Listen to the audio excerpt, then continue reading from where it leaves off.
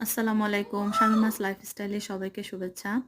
আজকে আমি fish curry করে দেখাবো, একদম শর্টকাট। আর এর জন্য প্রথমে আমি কুচি করে কাটা পেঁয়াজ হাফ বেরেস্তা মতো করে নিয়ে এর মধ্যে মাছের যে মশলাগুলো আমরা ইউজ করি, আদা রসুনের পেস্ট, অনেকেই রসুন পেস্ট খায় না, বাট আমি বড় মাছে একটু ইউজ করি।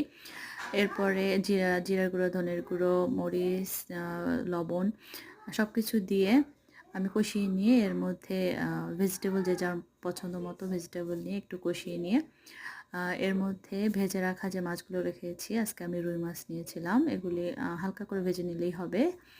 এই মাছগুলো অ্যাড করে এর মধ্যে 2 মিনিট একটু জাল করে নিয়ে তারপরে পরিমাণ মতো ঝোল, যে যার মতো ঝোল খাবেন সেই পরিমাণ অনুযায়ী ঝোল দিয়ে ঢেকে রেখে 7 থেকে 10 মিনিট একদম হাই ফ্লেমে কুক করে নিয়েছি।